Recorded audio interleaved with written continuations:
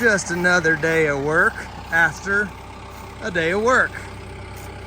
Got the catamaran finished, y'all. 100% homemade milled wood except for the framing studs. I will say those are left over from our house build and our barn build. We got these here, discount. I think these were $1 or $2, maybe $3.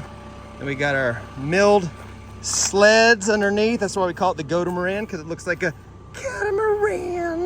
Then we got our filtration, our water system.